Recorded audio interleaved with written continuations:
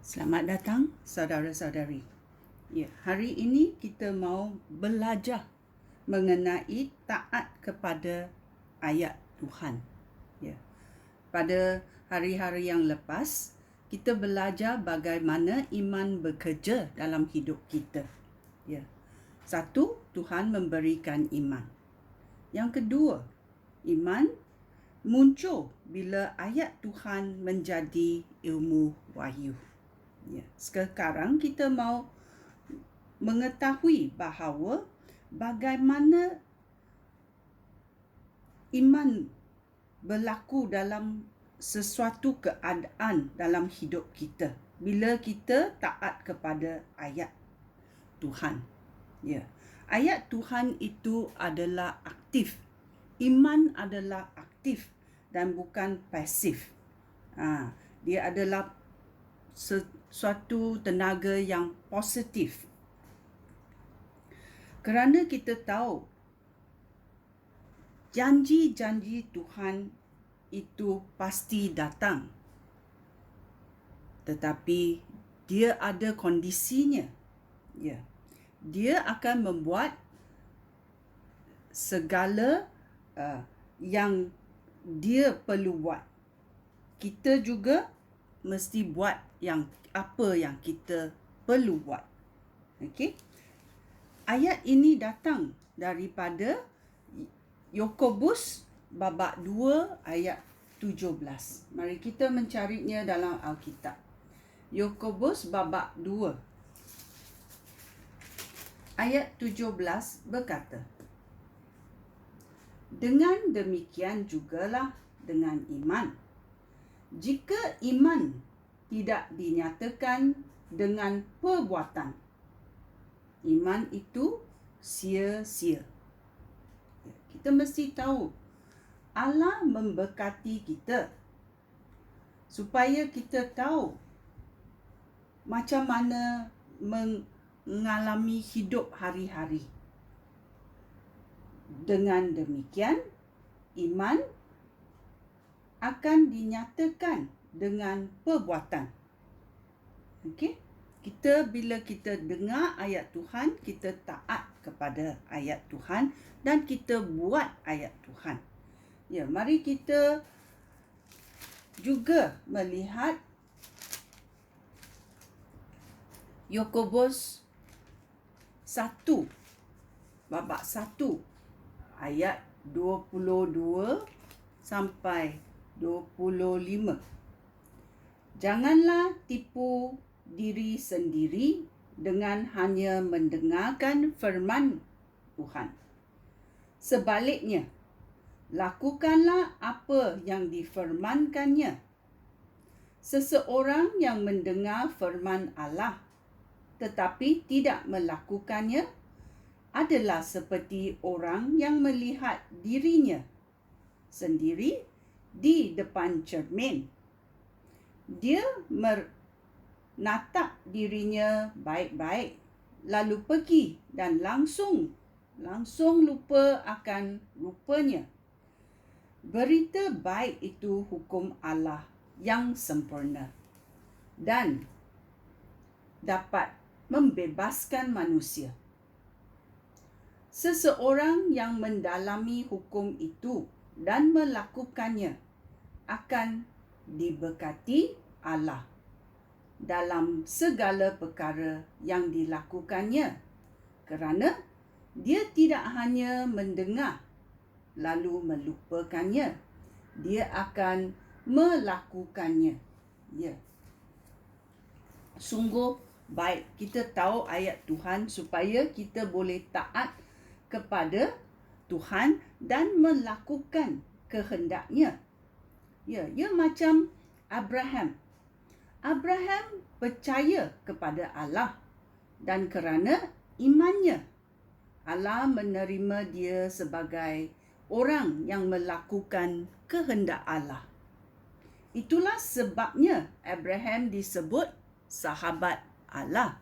Ya, bila Allah berkata kepada Abraham dan Abraham melakukannya, dia adalah perhubungan yang rapat Bila kita panggil buat ini, kamu melakukannya, kamu memahami kehendak Tuhan atau kehendak orang itu. Ya. Jelaslah sekarang bahawa Allah berkenan kepada seseorang kerana perbuatan orang itu dan bukan hanya kerana imannya. Ya. Oleh itu, lebih mendalam kita mendalaminya, kita tahu sebagaimana tubuh tanpa roh adalah tubuh yang mati. Demikian juga iman tanpa perbuatan adalah iman yang sia-sia. Ini kuat. Ayat ini sangat kuat. Kerana dia berkata iman tanpa perbuatan adalah iman yang sia-sia. Dan tubuh tanpa Roh Kudus adalah tubuh yang mati. Itulah kita mesti ada Roh Kudus di dalam hati kita supaya kita boleh menjalani hidup ini dengan pimpinan Roh Kudus. Ya. Mari kita juga selidiki Kejadian babak 15. Kejadian babak 15 ayat 6. Dia berkata, Abraham percaya kepada Tuhan, maka Tuhan berkenan kepadanya. Ya. Percayakah kamu kepada Tuhan? Ya.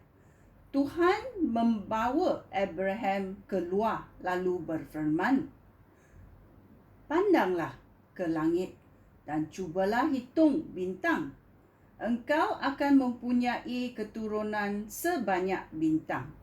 Ini Tuhan berkata kepada Abraham. Dan Abraham percaya kepada Tuhan. Maka Tuhan berkenan kepadanya. Ya.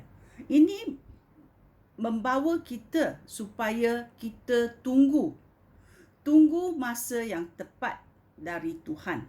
Ya.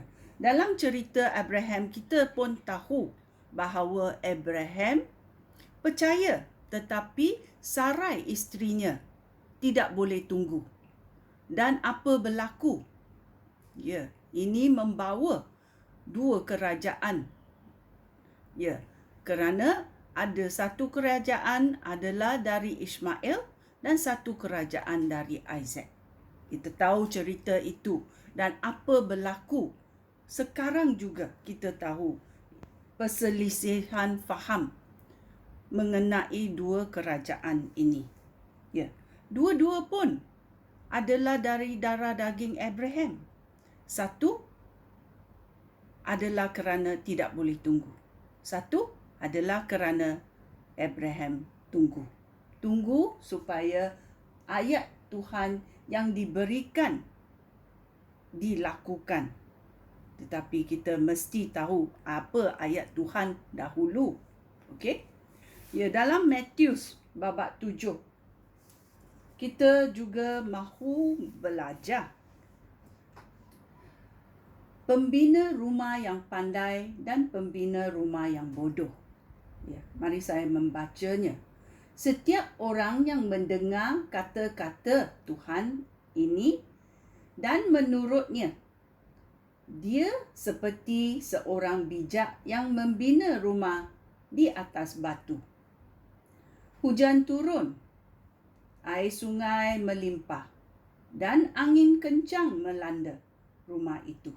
Tetapi rumah itu tidak roboh kerana berasaskan batu. Ayat 26. Setiap orang yang mendengar kata-kata aku, iaitu kata-kata Tuhan, tetapi tidak melakukannya dan tidak menurutnya, dia seperti seorang bodoh yang membina rumah di atas pasir.